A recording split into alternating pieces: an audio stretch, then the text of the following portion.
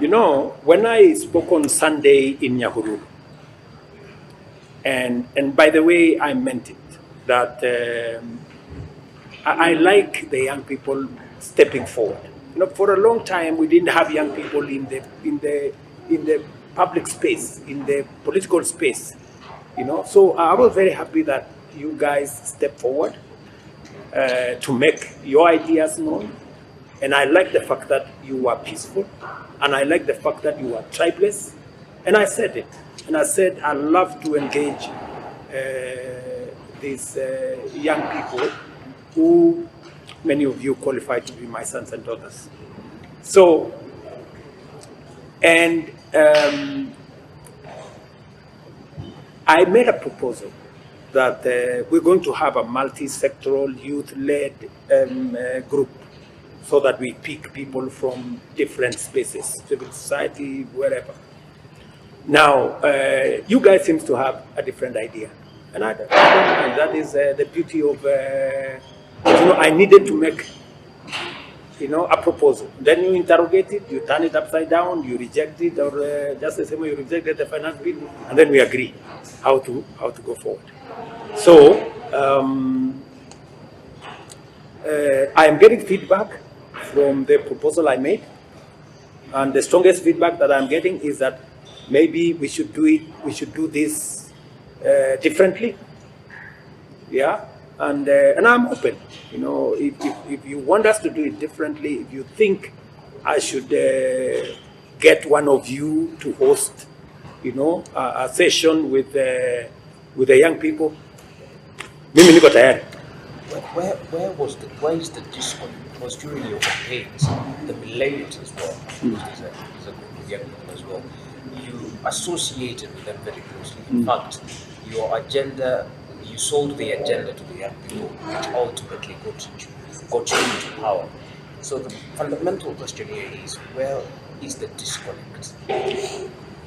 I think there isn't. I think there is a communication problem, which I have admitted. There is a real communication problem between what I am doing, what we agreed, what I am doing, and what you people are seeing. I was very categorical, and I mean it, by the way, because it is something that I believe we must solve. Youth unemployment, many young people in different spaces, out of school, out of college, including my own children, they speak to me, and they have no opportunities to work, to monetize their talent, to do whatever it is that they want to do. And by the way, I have gone out of my way. I have called the leadership of TikTok. They were here.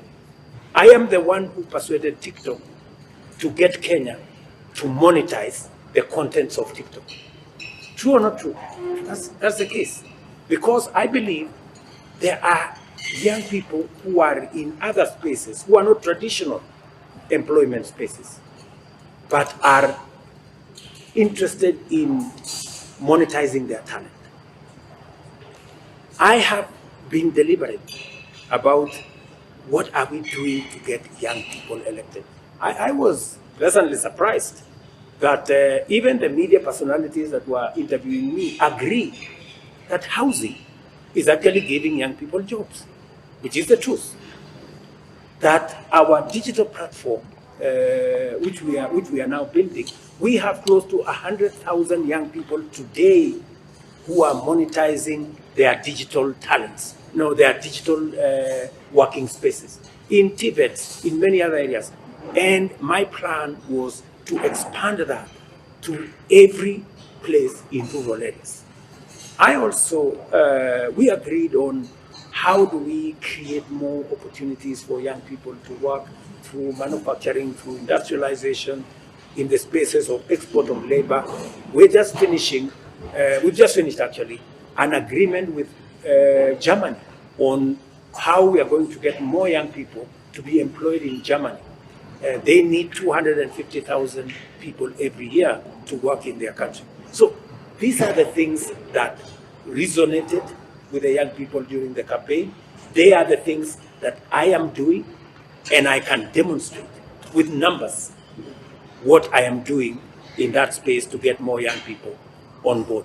Whether it is in the housing plan, which I spoke robustly about, it is in my manifesto. Whether it is the export of labor, whether it is manufacturing, whether it is, you will all find it in my speeches across Kenya. And I am faithful in addressing them. There is a disconnect, which I must admit. There is a disconnect between what I am doing and what the young people feel. And that is why I want us to have this engagement. I want to listen to them. I want them to tell me, Mr. President, you are doing housing, but you're not doing it properly. Change here, adjust here. You are doing export of labor, you're not doing it properly. You have helped us with TikTok, we are not yet there. So that I need to understand, because in my very honest opinion, I thought I was implementing the plan that we had together. Let me also tell you that, I am trying to deal with a problem that is 50 years old.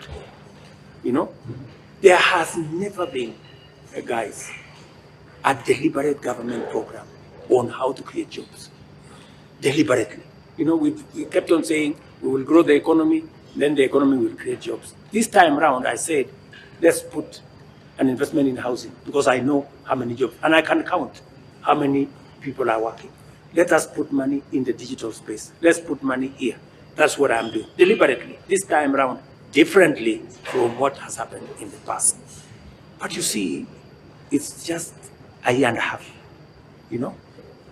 I cannot solve a 4.5 million young people unemployment problem in 1.5 years.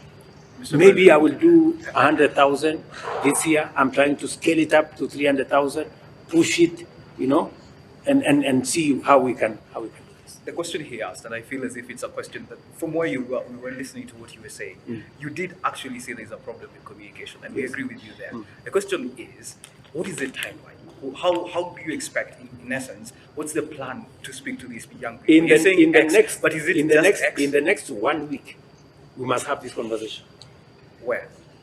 In the space where you want.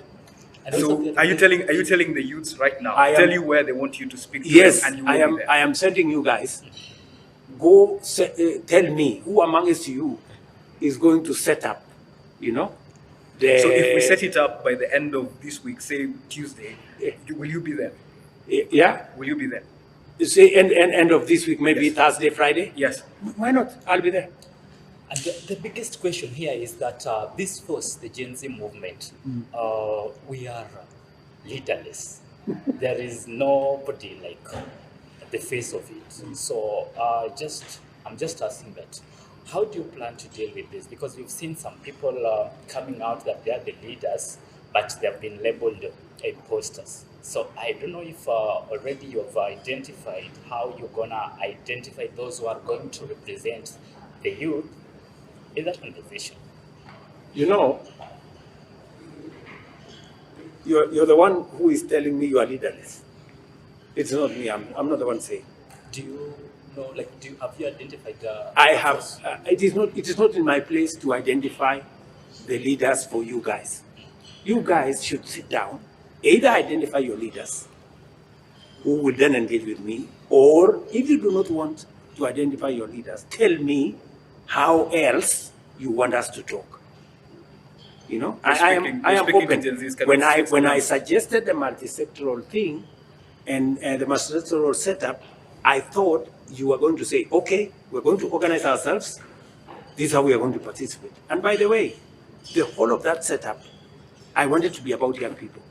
Civil society, young people from civil society. Religious organizations, let us get young people from religious organizations. Professional bodies, let's get leaders from professional bodies who are young people.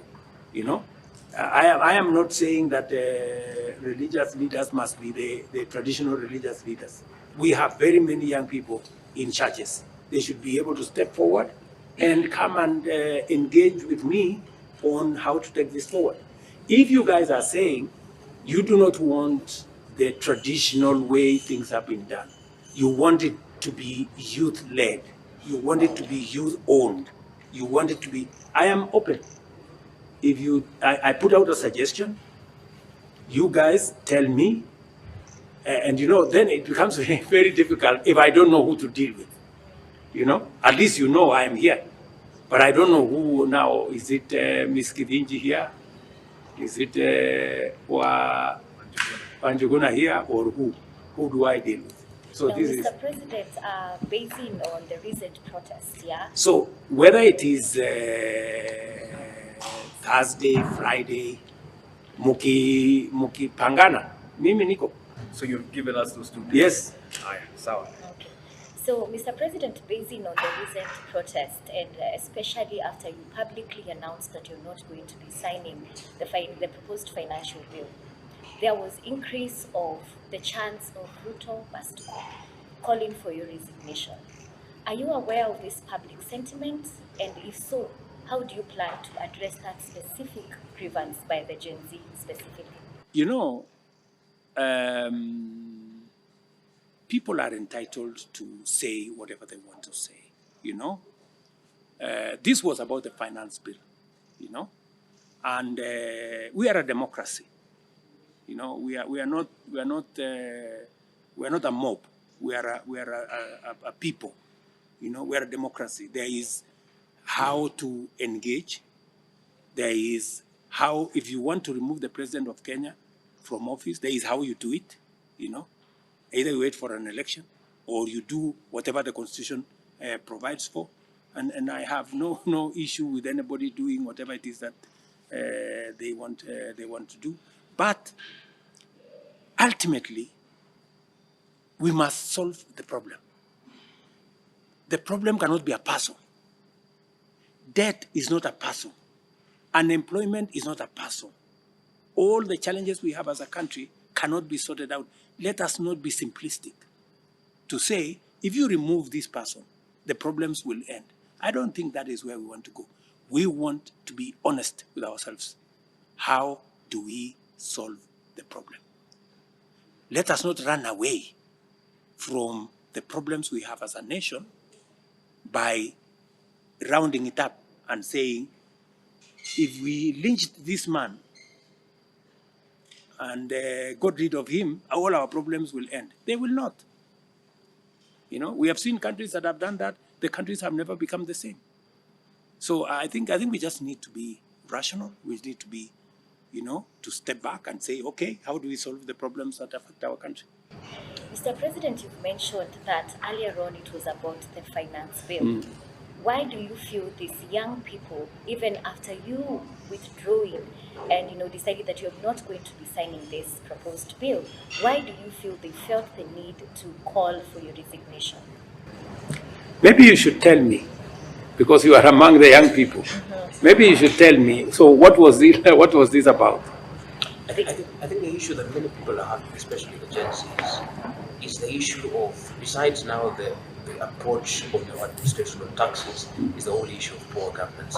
And as much as yes, you're calling for a conversation with the young people, these young people, we the young people, want to see your government act on some of the things that you really have promised us. So besides the conversation that you have openly declared you're ready and willing to have with the Gen Zs, what are some of the actionable things that you will be doing as the head of the administration to convince these young people that you have our interest at heart? In matters like, I have a whole program about how I intend to deal with the challenges that affect young people. Let's put that aside. And nobody seems to have a quarrel with that. What the issues are is matters to do with governance, rule of law issues. Are we living within our means? That's the question. Are we living large? Are we spending more than we should be spending? Do we need the office? Do we need certain offices? And I have agreed with you that certain offices will go. As part of building the news, the new reality. You know, certain officers will go, certain actions I must do. You know, and that's why I was saying here, I am interrogating what it is that I can do to make sure that we live within the reality that now we are in. I think another issue that we have, or the Gen Zs have, is a section of members of your cabinet or leaders who are in government. They are flaunting their opulence. I think that's one area really that has angered people, especially on social media.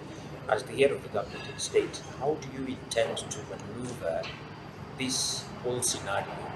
And even before you respond to that, what's your general overview? What's your perception to some of these leaders flaunting their wealth and money and how expensive they're living? They're living.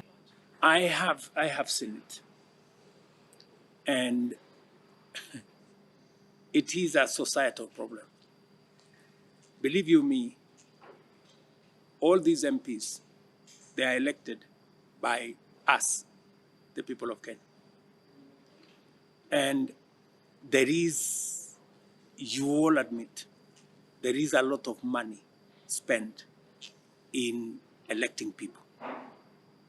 That's the real challenge that we have. So people are not elected largely on account of what it is that they will do. People are elected because they are well resourced, you know. And unfortunately, this is the product we end up with, you know. This is the product we end up with. So this is something we must interrogate together. We must all agree, because we get the leaders we elect, right? So these are the people. I did not I did not elect all these members of parliament or the other people. Maybe the ones I have appointed, those ones I can take account, you know, and deal with. And we should, because even in my own eyes, it is not right. People, you know, flaunting money, you know, people using the space in pulpits to, you know, prosecute politics. And all that is fine. And that is why I'm very happy with this moment, that we are all of us going to face up to this reality and call ourselves to order and do that which we must do. And the conversation that was around here, I met the church, some of the church leaders, I met even my own PG, and even them, they were saying, yes, let us abolish Harambes. Yes, let's do something about our situation. We must live within our means. So it is a very healthy conversation, and I am all in. And Mr. President, speaking of Harambes, despite the commitment to kind of halt on that and stop it, and despite the commitment to call it off, Mr. President, we also have seen you being part of the Harambes once in a while. And I mean, the conversation as it has been spiraling, it has also been questioning why does the president have to attend every Sunday service in whatever county? Why does the president always have to be in a church service every Sunday? And by this, you also tag along the legislators who end up being very political on pulpits. Is this something that you also tend to put a cap on, including you yourself going downwards? Moses, I am a Christian. I cannot stop going to church, you know? And I am very clear in my mind. And whenever I go to church, you cannot accuse me of doing politics in church. I rarely speak matters politics in church, because my upbringing was such that church is a different place. It's a place where we worship God and we do the things that we do in church. As for going to church, I must tell you that I cannot stop going to church. I will go to church. Maybe the thing we need to do is, and whenever I go to church, like for example, today I was in Transmara, and I went to a local church, and the governor of that area came, and the former governor. The MP did not come. I think because they didn't know. Because I just decided to drive to church, just like normal. It was not a fundraising. It was not, a big congregation. It was just a normal church service. Many times I go to church here at Melimani AIC. Many times, and sometimes it's not even recorded. Many times I go to NPC Karen, and even many times there are no cameras. I go to church every Sunday, and more than being recorded, I go to more Sundays that have no even record of media than those who have a record of media. Of course, I also go to Sunday services like the one I was in Nyahururu, when I'm invited, say the inauguration of a bishop. It's a big event. When I'm invited, I go. And it's not a fundraising, it's just a church event. And as a Christian, if you are invited, you attend. But I agree with you, there is some conversation going forward whether how we do it so that it remains a religious issue and not politics. So, Mr. President, there are a couple of demands that were made last week from the movement that has brought this conversation to the fore. Yes. There were 14 demands. Of those 14 demands, you've at least addressed some of them, including the CAS positions, the positions of the first and second lady. You've already talked about that. You've also talked about Linda Mama in your previous interview. But then there's a question around scrapping the housing levy. There was also a demand of the 14 demands. There was also recalling all MPs. There was a question of JSS teachers. There was also a question of the intern doctors and the salaries of MPs, among others. Of these issues, what can you tell the young Kenyans tonight that of these issues, which ones do you feel can be solved before this conversation even goes further? The issue of GSS teachers, you've already said that it's impossible, having reduced the amount because of I don't need to be pushed about the JSS teachers. It was my initiative, because these are very decent Kenyans who've really gone out of their way. For 2 years, they've been interns. They've been earning a very small stipend. It was their time now to be hired on permanent and pensionable. And I had made the budgetary provisions for it. I had made the budgetary provisions for the intern doctors. I had enhanced the whole space around what they were going to do. Unfortunately, I have a new situation which I have to think about. With the money being scrapped from the Yes, with the money being scrapped from there be a possibility of those teachers still getting the opportunity to be hired. And now tell me, because if you give somebody a letter of permanent and pensionable, you must have the money to pay them at the end of the month. The money to pay them at the end of the month has been scrapped. So it has to be, I have to begin to figure out, so what do I do with these intern teachers? At the moment, I can't tell you straight that within a month or 2 months or 3 months, I will have figured out what to do with them. But they are part of my headache now going forward. What do I do with them? Now, the question of IBC, it's a big question. At the moment, the country has no IBC. Members are calling for the recall of members of parliament. Kenyans are calling for the recall of members of parliament.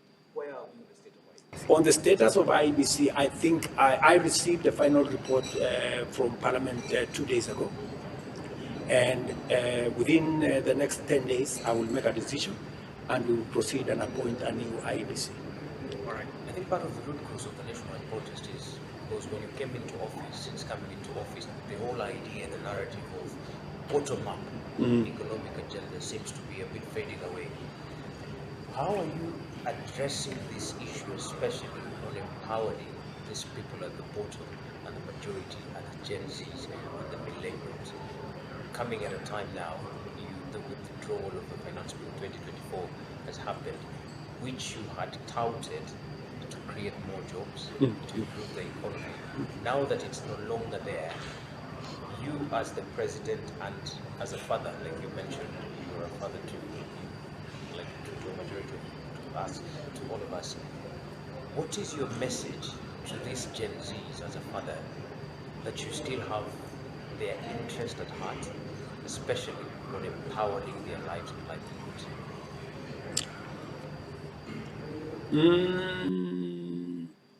Luckily, we still have other programs that will run. The housing program will run, and he mentioned to me that there are those who are saying we scrap the housing levy. Scrapping the housing levy means we get 160,000 young people out of work. It also means we get those who are working in cement factories, in steel factories, in quarries that supply stones, in many other areas out of work. I don't think we want to do that. I don't think it is responsible for us to do that. I mean, they deserve, an income the same way. We would actually be doing the wrong thing. We'd actually be going backwards. I think we should, instead of saying, how do we scrap the housing levy, we should be saying, how do we do more with what the housing levy is doing? How do we expand it to reach out to 300,000, 400,000, 500,000? Because that's my plan. My plan ultimately is that this housing program should be able to hire 500,000 young Kenyans every time. And this is, and I'm talking about Kenyans are different categories: engineers, architects, plumbers, the people who go to our Tibet institutions, all the way to accountants in cement factories, the hardware people, and it's a whole industry.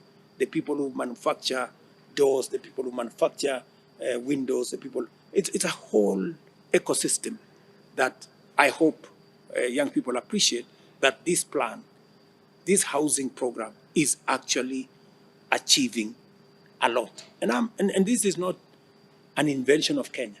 This is how modern countries have achieved unemployment. This is how modern countries have taken their development to the next level. I had an engagement here with the president of Singapore. Singapore was at the same level as Kenya at independence. Today, they are in the first world. We are struggling because they made those decisions early. Today, 90%, 96% of Singaporeans are home owners.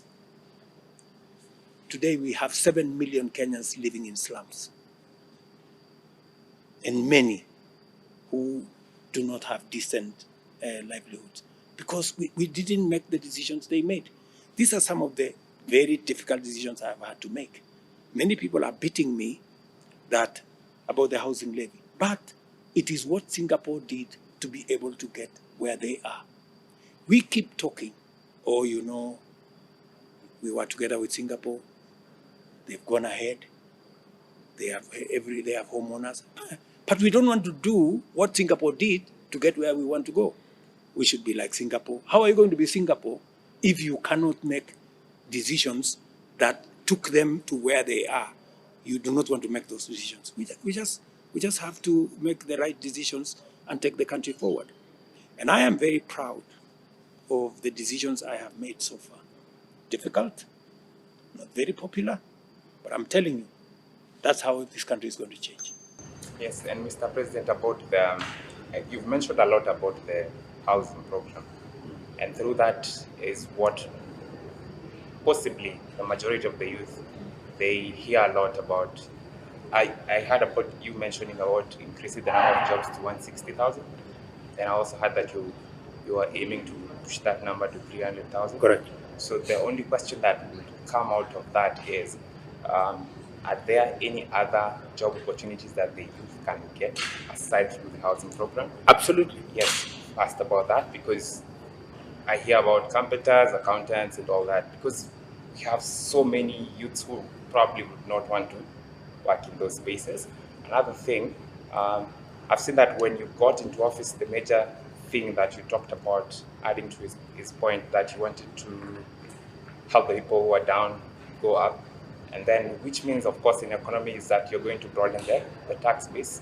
But the process, me running a business here in Kenya and I have another branch in Uganda, I feel like it's much easier me running my company in Uganda rather than Kenya. Why? Because the amount of taxes we are paying here, they are way more.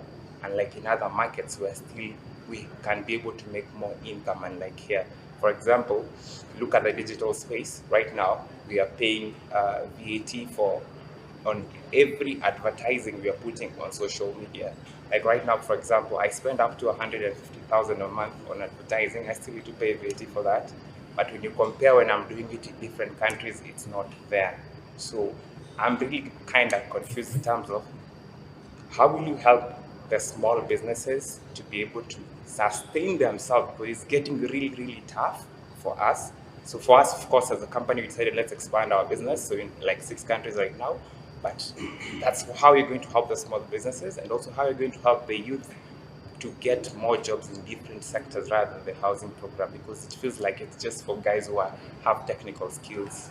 So what about that? Yeah. Very good question. I have told you we have 4 programs. One of them is housing. The other one is a digital job space. The digital job space is wide. You have accountants there. You have creatives in that space. You have many other people working in that space. I will give you an example. In Ruto, you heard me talk about Ruto. I was there 2 months ago with a company called CCI from America. They are looking for people to work in the digital space. They've hired 5,000 young Kenyans of different skills, with different skills, not necessarily technical. Sometimes it's just people who are out of school with a simple certificate, or sometimes with a diploma, with speaking good English. And they are now working for different companies in the US from Ruto. It is the reason why, if you read our manifesto, we have what we are calling the digital superhighway. It is the reason why I was saying we have changed the CDF Act so that we establish ICT hubs in every ward in Kenya, so that we take it down to the bottom, as was my commitment. Take it down to the bottom, so that at every ward, a young person can walk from home to an ICT hub with internet, with electricity, with connectivity, with a person to teach them simple digital skills, and with an elaborate program on digital jobs, where they can do tasks, different tasks in the digital space. And already, if you go to many of our TVETs, we already have installed ICT hubs.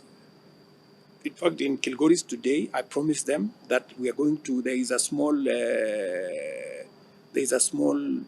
technical training facility in Lolgorian.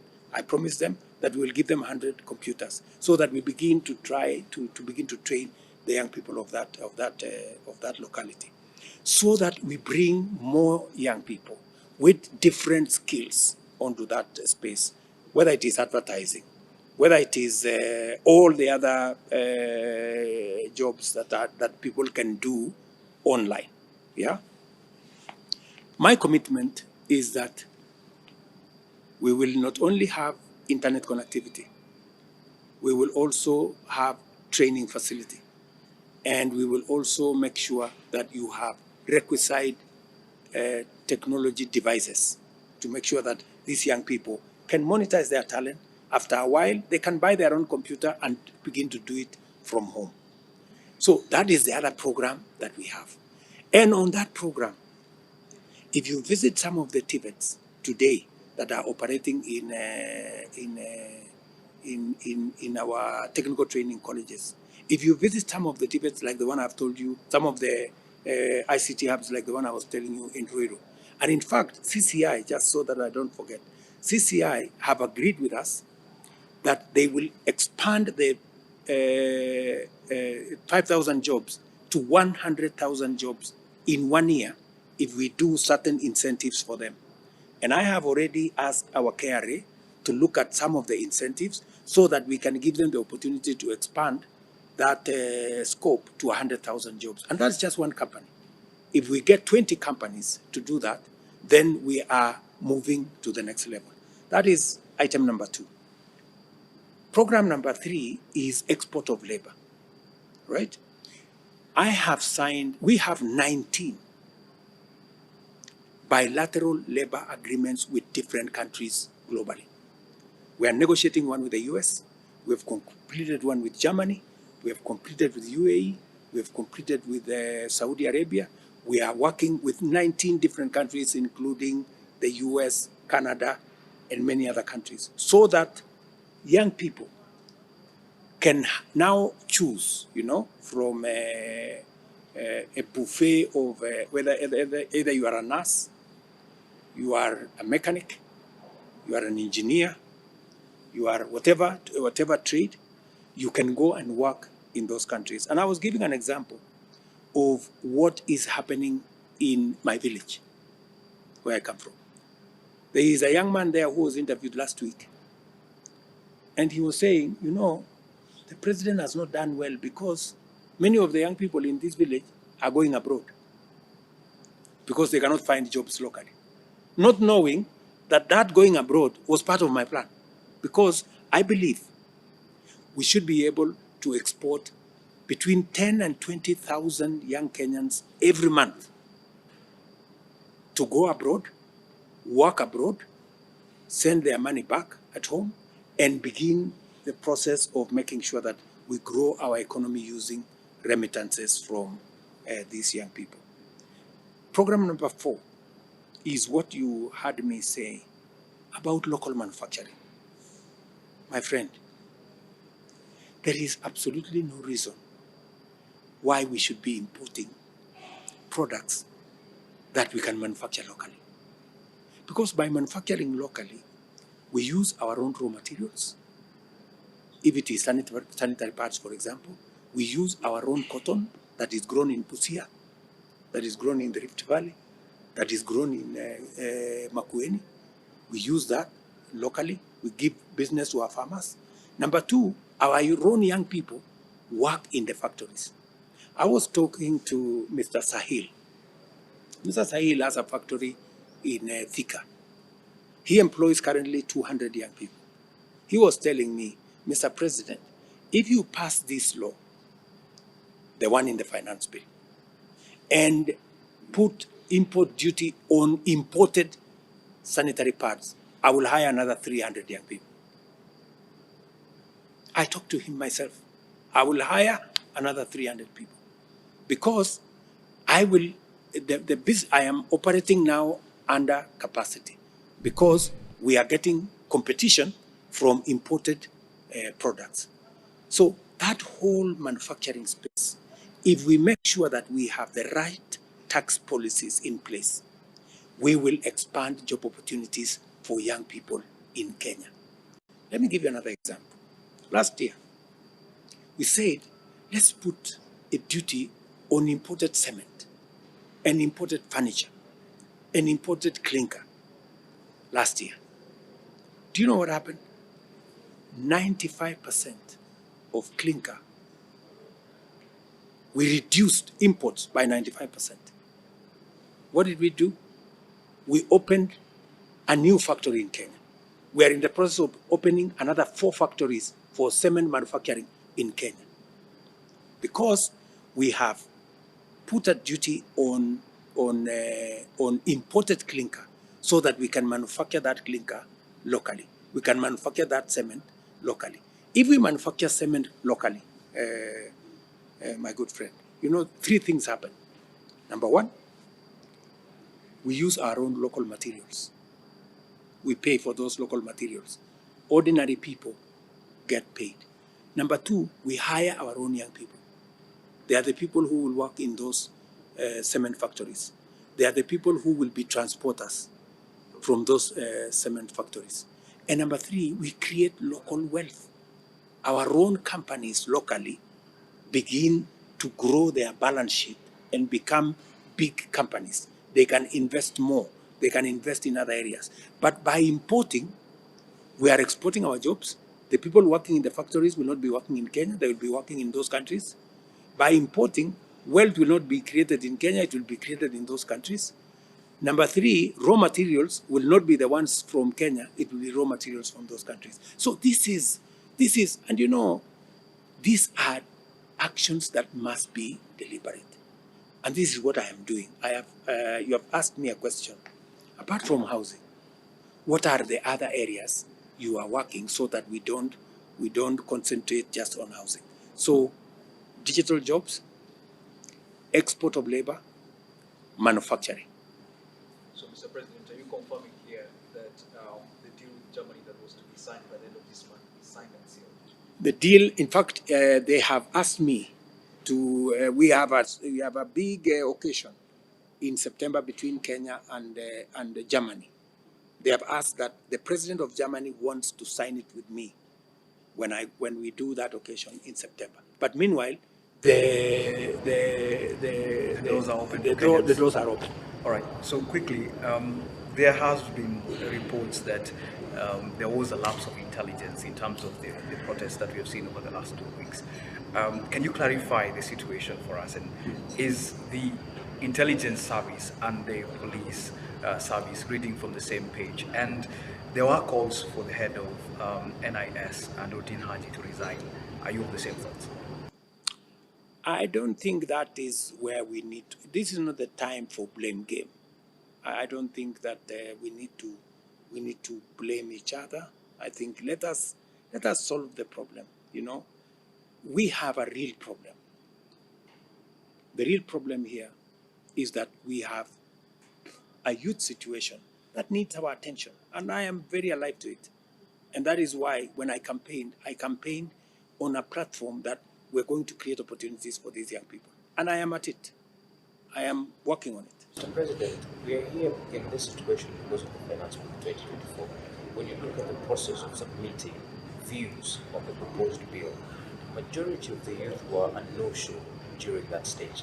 In fact, like you mentioned earlier, you acknowledged some of the Gen Zs got it so wrong that they were talking about the issues of land, which is not contained in the bill. As the president, how can your office perhaps petition Parliament to have a change in style to accommodate this youth when it comes to submitting their memorandum of views to Parliament, maybe through TikTok? Because as it stands now, Kenyans can only be able to submit their views and submissions to Parliament through written memorandums or via email. A majority of the youth find this to be a laborious exercise. So to ease in the process, can your office, as the office of the president, perhaps make a petition to Parliament on how the youth can be involved in submitting their views? I think it is an inflection point. You know, we have a whole new approach to things. We have new media. We have the social media space that is increasingly becoming the media where Kenyans are communicating. And I think we are all seized of maybe doing things differently, making sure that we open more avenues for citizens to be able to participate, because citizen participation is front and center of government business. And therefore, I think there will be a consideration, and we will be discussing with Parliament on how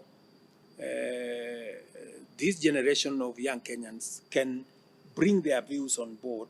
In the media they are friendly with, and in a manner that we carry everybody along. It is a positive suggestion. But Mr. President, when you are elected back in 2022, you are a Darlington main, but going the current reports, the Finance Bill 2024 has made you kind of unpopular. Does this worry you that you might not get re-elected?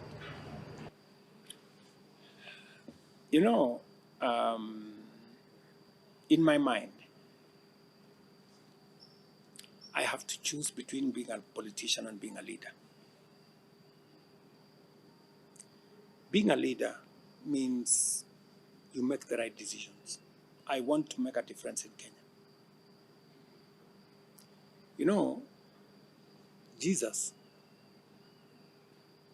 the man that has maybe 5 billion followers today in the world, including yours truly, did his work in 3 years. Everything he did in 3 years. So it is not the length of how much you serve. You know, many people tell me, Mr. President, you should be bothered about your re-election. Frankly, my re-election comes second. Doing the right thing for Kenya is my first priority.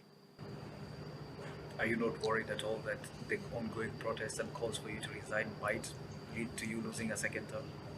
You see, if the price to pay for me pushing the right agenda for our country, making sure that the country does not default, making sure that we create opportunities for young people to work, and making the right decisions, I'm ready to take the consequences. Mr. President, it is unfortunate that the success of your government is in question. And you can hear from the discontentment of the younger people is your performance is also in question. And so, looking at the governance trajectory your government has taken, which has now put to question how you handle things including governance, dealing with graft, emergency response cases, including the flood situation, it is emerging that you might be sitting in a table with the wrong advisors. And is it something that you can admit to tonight that the people who advise you are ill-informed? It is something to think about. It will exercise my mind. So are you saying that you might be aware of the same, but you don't want to admit it? No, I'm just telling you, I have heard you, you know, and it is something that I will think about going into the future. So are we looking at a possible change in your team of advisors? That's a possibility. All right, Mr. President, there's a widespread belief that your government tolerates corrupt officials. And in light of this public outcry, are you willing to dismiss any government official that has one, criminal track record, and two, has an ongoing case? Of course, has a demonstration for your commitment to clean governance, even if it means losing key allies in your administration. Is it something you're willing to do? Ms. Kitinji, that's a good question. Yeah, that's a good question. It is, you know, as I said in my other interview, I am a believer in rule of law and due process. And I would not want to hurt anybody that is not guilty. But I will not hesitate to deal with people who have been proved to be corrupt. And I have done it before. You know, when there was sufficient evidence that people in management of cereals did the wrong thing, we didn't hesitate.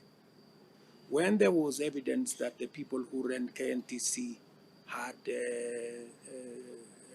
criminal track records, we fired them and we prosecuted them.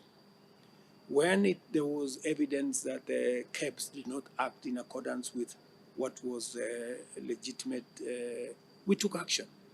So, as and when I have concrete evidence, I have concrete information of impropriety by any official We have the recent case of the fake fertilizer that I believe you addressed earlier on, which actually the CS confirmed that indeed there was some fake fertilizer as much as there was the real one. What about that? Precisely. That's why the CEO of Cereals, the General Manager of National Cereals and Produce Board, and 7 other officers of National Cereals and Produce Board are in court. That is the kind of action I took. We didn't, equivocate. We were very clear. You have an issue, and we are in the process of working on new management for National Cereals and Produce Board. The minister himself was taken to Parliament and taken through due process. Unfortunately, Parliament did not make a determination. If Parliament had made a determination, I would have fired the minister. You, in the previous interview, you've actually admitted that your cabinet has failed you so far, and you have said, in your own words, I have said they could do better. yes, those in essence, but you've also said that you will be doing an introspection of yourself. What will this introspection entail, and what do you intend to do different going forward? I don't think I should say more than I have said. Watch the space. So you're just telling us to stay awake, to... I will take action, and you will see it. All right, let's go back a little bit to the debt. Among the demands that were issued is an audit of the national debt, and you've spoken about that in the previous interview very well. I love that. I would like to go back to just one thing. In essence, Kenyans have been worried about the amount of debt, and in essence, they've been asking: are your trips abroad putting us in bed with the likes of IMF and the World Bank? And are you worried about these deals, or the conditions pegged on these deals yourself as the president? And more so, can Kenya pull out from these deals? You know, the multilateral development banks are our biggest supporters. In fact, the World Bank and IMF and all the other multilateral banks are our partners in development. They are actually the source of the largest development financing that we have. And their money is lent to us at between 0 and 2%. The alternative we have is to go to the market here, which we are borrowing money at 14, 15%. If you are sitting where I'm sitting, you have 2 options: to go to the local market and borrow at 15%, or to speak to the World Bank and IMF and get money at 2%. It sounds reasonable, but the question has to be, IMF itself, in the current problem we're in, had pegged some of those things in terms of the proposals in the You finance see, bill. the ultimate decision doesn't rest with IMF. They make suggestions to us, but I take the last decision. It is me. It is Kenya. It is us as Kenyans that decide. If we agree with a certain situation, we move on. If we don't agree with a certain situation, we tell them as much. Mr. President, final round of questions. I'll begin. My final question would be, what is that passionate message to the youth who are scheduled to mobilize again this week, Tuesday and Thursday? What is your message as the father of the nation? My message to the young people of Kenya is 2. Number 1, I have a very clear plan to address youth issues, including unemployment. That's number 1. And I have a clear plan, and I am ready to explain to them what I am doing, where I am, what I have achieved, and what I intend to achieve. That's number 1. I have also had them on cutting down austerity measures that would trim the government expenditure, which is also a very positive thing. Cutting down on offices that may not necessarily be too important, reducing on hiring staff that are not necessary, cutting down on advisors that may not necessarily be adding value to this, cutting down on foreign travel and expenditure on seminars and what, cutting down on travel expenditure by all arms of government, reducing on waste, dealing with corruption. I have heard them very clearly, and I will address myself to those issues. And I have said I want to have a session with them whenever you guys are available, Thursday, Friday, in a platform where you want me to be. I will be there so that we agree on the other issues. Okay, two questions, Mr. President. When you took over, you promised that you would respect the autonomy of independent institutions. Correct. And with the current suggestions or reports, we see there is influence, the executive having influence over the parliament or legislative arms, the government. What do you have to say about this? The very last is Mama Mboga and Boda Boda Rider. These were your supporters and they endorsed your government. Today they feel like they have been left out, and they feel this current regime is even frustrating them more than their previous ones. Is there any hope for them? Yes. Let me start with your last question. Every Mama Mboga and every Boda Boda today borrows money on Hustler Fund, which I made a commitment. I have 2 million of them on that platform. That's number one. Number two, every Mama Mboga and every Boda Boda today have an opportunity to own a home, because I have created a model that gives them an opportunity with 3,000 shillings a month to be a homeowner. It never existed. It was never there. If you go to Mukuru tomorrow, you will be shown a house where an ordinary Kenyan will pay 3,000 shillings and own a home on 10th floor or 6th floor or 4th floor. Number three,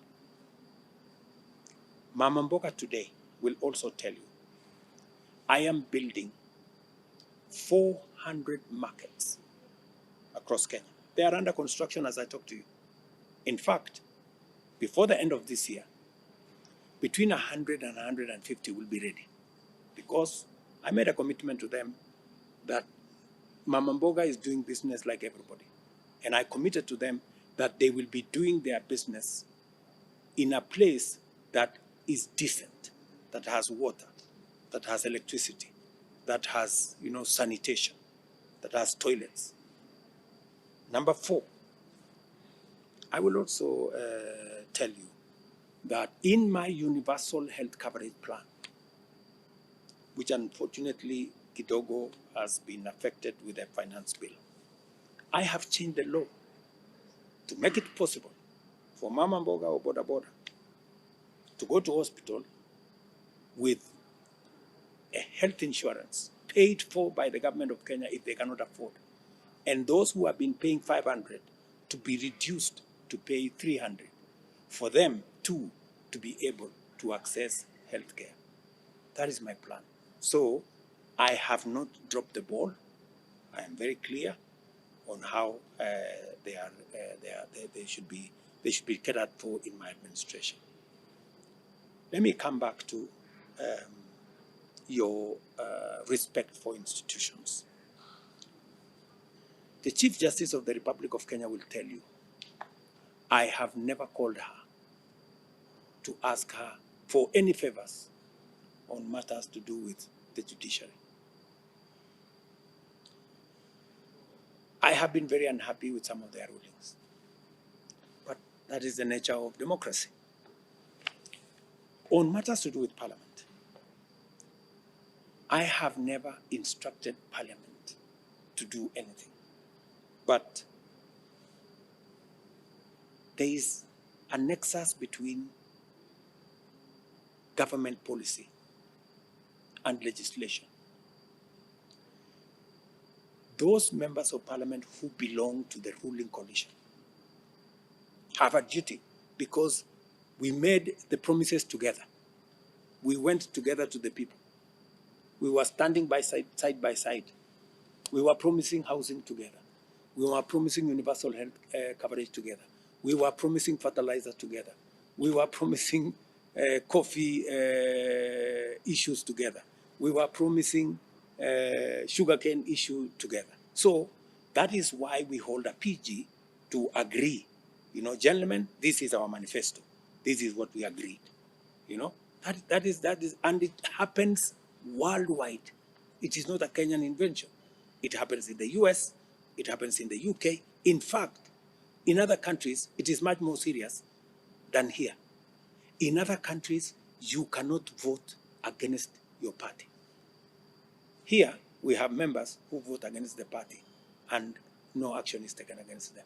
So that's how democracies work, because that's how it is meant to work. But do you feel comfortable when the members of the opposition divide support your policies going against their own parties? But the same way, members of my own party sometimes don't vote with me.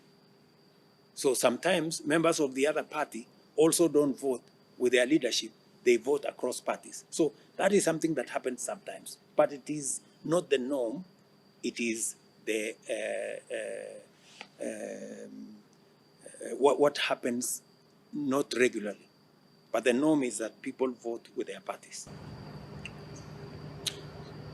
Mr. President, Yes, Moses. you promised that there's this, you've opted to keep it under wraps and say we will see in time on the decisions you will make in terms of change. But the worry that is among the young people is you might not be singing the same song with your deputy. You might not be reading from the same script. And just from the previous interview, you have sort of even gone to correct what he said about the NIS intelligence information that he said wasn't there. And you have been very categorical that information was there, and that is why you made the particular decision on deploying security officers.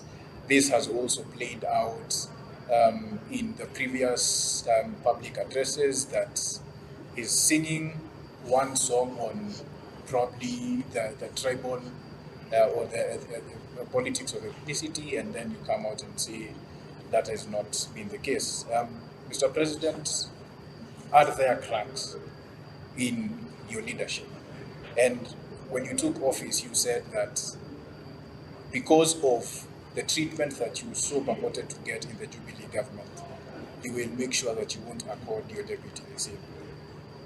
And from the way it looks, that is not what is happening, because you're not reading from the same script.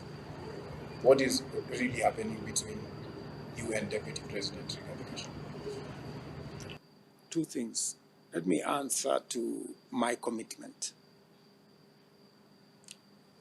And I am very faithful to my commitment to make sure that my deputy is treated as it deserves the office of the deputy president. I have done three things that I never enjoyed as deputy president. Number one, I never had a budget for my office. Even for buying tea, it was controlled from the office of the president here in State House. Today, my deputy has an independent budget for his office. with an independent accounting officer that doesn't report to this office. That's number one. Number two, I never chaired a single, in fact, there was no cabinet committee for 10 years. My first action when I came into office is to set up cabinet committees and appointed the deputy president to chair those cabinet committees. 8 cabinet committees chaired by the deputy president. There is no government business that is prosecuted by the cabinet that does not first start at the cabinet committee chaired by the deputy president. It was my commitment because I wanted my deputy to have clear roles, clear responsibilities, and to participate fully in government management, government programs. Number 3, I made sure that my deputy, whenever he needs transport and transport is available, he is facilitated. In fact, what I have done is that I have even repaired and made available 2 police choppers, the same size as mine, that I use from the military, for my deputy to use. And in fact, some of the time, he uses the choppers that I use. Sometimes, because these choppers are actually meant for military work, sometimes they're not available. Like yesterday, they were not available. I took a private transport to where I was going. Today, I took private transport to come back. You know, sometimes there are those incidences. So, on that first issue, I am very clear in my mind that my deputy must be treated with respect. And I have done that faithfully. On the issue of maybe the discord, that is an in-house matter. We will sit down and work it out. But again, to your point, since my deputy is not here, I don't think it is fair for us to insinuate that he has a different view from mine. I think let's leave it like that.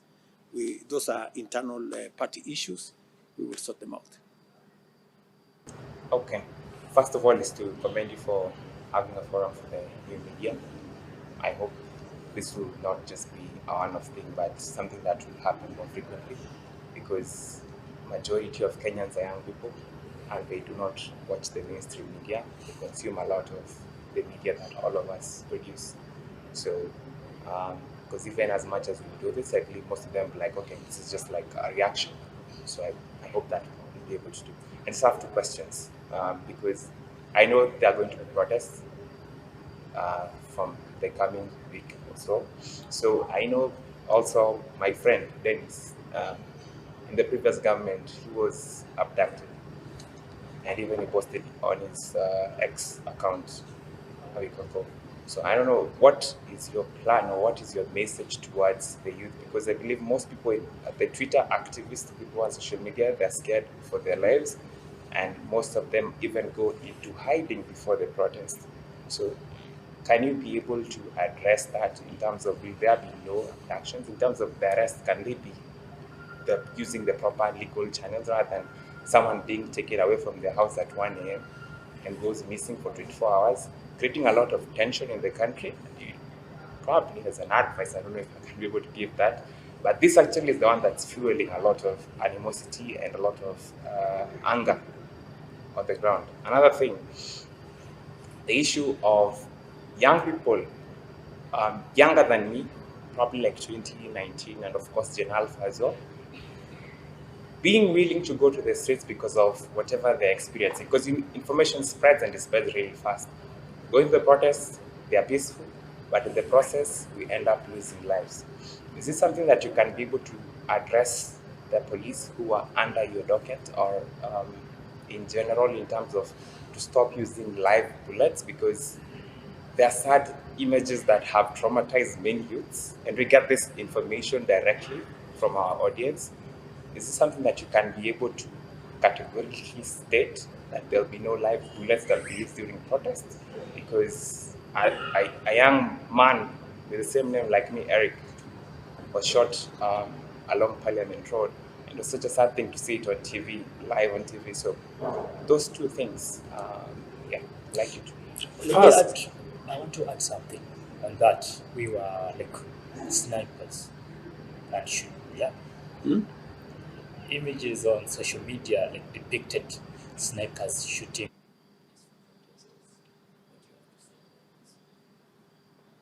So first, let me say that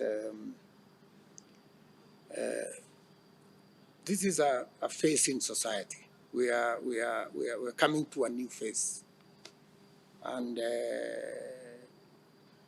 it requires us to adjust. Maybe as you've said, many of the young people are not watching mainstream media. They don't read newspapers. Maybe there needs to be us to think about new engagement. How do we engage these young people better in the spaces where they are, whether it is on Twitter or TikTok or the other spaces. Number two, on matters of abductions, there is no provision in the law for any abduction. And any arrest of citizens must be within the law. And that is my clear position to the Independent Police Service. However, when police arrest somebody, it must also not be immediately made to look like it's an abduction. If the police show up and they show themselves, we are policemen, we are coming because either we asked you to come to the police station, you didn't come, or we have some questions for you to answer, that should be within the parameters of the law. There is a provision for the police to come and tell you, Eric, we have come. This is us, we are the police. We want to interrogate you on this matter, on this matter, on this matter. So long as it is done within the parameters of the law, it doesn't amount to an abduction. As for the protests, I have said clearly that peaceful protesters will be protected by the police. Eric, you will not tell me that the people who burned down Parliament were peaceful protesters. They were not. You don't want to tell me that the people who burned the Chief Justice office were peaceful protesters. As you heard me say, we have thousands of citizens who have lost property, businesses worth 2.4 billion. These are innocent people doing their business. Criminals take advantage of a peaceful demonstration, pretend they are part of the peaceful demonstration, and they go and loot and steal and burn people's property.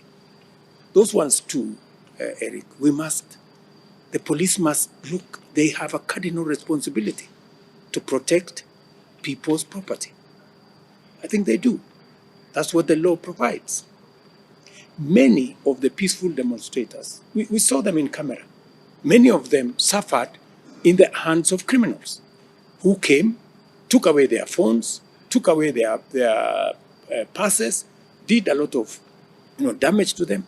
These are people who we must all agree that unless we are firm on criminals who either take advantage of peaceful demonstrations to hurt the demonstrators, to steal from the demonstrators, or even go to steal from shops, destroy people's businesses, or even attack government buildings. The city hall was burned down. The office of the Chief Justice was burned down. You saw what happened in Parliament. Mayhem, doors broken, furniture broken, kitchen burned. I mean, surely, Eric, do you sincerely believe that that should be part of our demonstration? I don't think so. And that's all I'm saying. Let us keep it peaceful. And I said it from day one. I love the way the youth were going about it, peaceful. They were on TikTok. They were, a homogeneous group of young Kenyans. And I like the fact that they came to say, okay, we have an issue. And I wish I had the time to explain to them that some of the issues that they were saying were in the finance bill, they were not in the finance bill. Some of the issues that they were complaining about, they were not in the finance bill. And it is not enough for somebody to say, I don't care what is in the finance bill. I just don't want it. Do we really want to do that? I think we are a mature society enough, and we are intelligent enough to say, okay, let us unpack this finance bill. What is good in it? What is bad? Because we lost a lot of good things in the process of trying to remove bad things that some of them were not even in the finance bill. So this is the really candid conversation I want to have with young people, that if there is an issue, we are reasonable. Many of the young people have gone to school. Many of the young people are good graduates. They have, and it's not difficult for them to say, okay, let's look at what is in the finance bill. Let's look at what is in this document. Can we remove this? Can we remove this? Can we change this? This is good. This is good. This is not good. And then let's have a package that serves our country, creates opportunities for us as a country, and builds our nation, because this is the only country we have. All right, so Mr. President, allow me to finalize my questions in matters touching on journalism, because I am a journalist. Now, there's a quote that says, free press is not a privilege, but an organic necessity in a great society. Journalists have faced police harassment and also tear gassed while reporting the protests. We have also seen mainstream media, specifically KTN, come out to say that they have been threatened by the government in their way of reporting. Mr. President, if you could let us know if you are aware of that, and also, how do you propose to uphold the freedom of journalism in their reporting, of course, in a democratic country, and what can be done to protect their freedom of reporting? I think if we have free media, and it is not the one in Kenya, then I don't think we have any free media anywhere in the world. In Kenya, people report anything, everything, what is news, what is fake news, what is true, what is not true. I would really ask the media to act responsibly.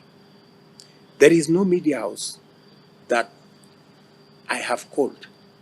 There is no media person that I have called to tell them anything.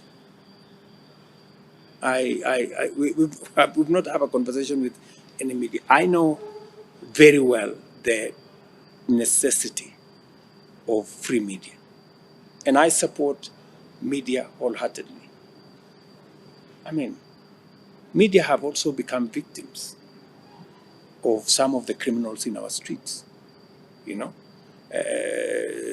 Media have also maybe inadvertently sometimes got into situations where their cameras are broken, in the confusion, in the running around when there is commotion, and it is unfortunate, yeah, and to your point that anybody has threatened KTN, KTN should make a formal report of who threatened them, and so that they can be dealt with in accordance with the law. Nobody should threaten any media personality for whatever reason, either on account of what they reported or on account of what they did. And if I have a complaint with a media house or a media personality, I know where to take them in terms of report them to the right agencies and have the matter sorted out within the parameters of the law. In matters police harassment towards the journalist? I think that's a case where the police journalists should look. If a particular policeman has harassed a journalist, police have numbers. Let us have them reported so that they can be dealt with in accordance with the law, so that nobody escapes and institutes impunity. Nobody is above the law. The president is not, the police are not, citizens are not. Everybody must be subject to the law. All right. Before I ask you, unverified claims that some of the police officers there have been shot, could you confirm for us that whether any Kenyan officer in Haiti has been shot? That would be necessary to. There is no report that I have okay. of that nature. All right. The other question is, what has kept you up at night over the last 2 weeks? Over the last 2 weeks, I have kept sometimes late into the night thinking about the young people of our nation. Because I am one person who did not get a job until I was elected as a member of parliament. And I know what it means not to have a job, not to have an income. And that is why I am willing to put my career on the line, to see to it that to the extent that I can, young people have an income. That's why I have really pushed the programs that I believe will put a job on the way of many young people, will put an income in the pockets of many young people, and will make a livelihood for many young people. I have kids, and I know what they feel when they don't have a job. They talk to me as a father. And so that's one thing that keeps me awake. And unfortunately, in the current situation, we have a misunderstanding. We have a miscommunication. Partly, I am to blame. I should communicate better. You have told me that maybe my communication is not getting to the right people because maybe I'm communicating using the wrong media. Maybe to be able to reach these many young people, I should be able to get into the media where they are, so that I can communicate better to them. Maybe that way, with understanding what we are doing, understanding the reasons why we are doing what we are doing, they would, instead of opposing what we're doing, they would add value to what we are doing, support what we are doing, and benefit from what we are doing. All right. As you're making your summary to the Gen Zs, kindly just look straight into the camera. Which camera? Just any of those cameras there. Make your remarks to them. And as you're doing so, perhaps it's something you should think about. I know you're a busy This man. place is cold. Yes, I know. This place is very cold. As you're thinking about what to do next, perhaps a Twitter space a month might sound a lot, but if you do consider A Twitter space a month might sound like a lot, but once a month, perhaps you might be able to reach more. Maybe once in a month, once in 2 months. I don't mind. Yes. Yeah. So these young people, the young people of our nation, my very good sons and daughters, let me tell you that I value what you do. I have heard what you have said. I have seen what you have done, and you have made recommendations. Some I will outright implement, on cutting down on government budgets and cutting down on offices that we can. I will deal with some of the issues that you have raised. You have given me some difficult choices. I will suggest to you how we can together go about the difficult choices that you have put on the table on some of the issues.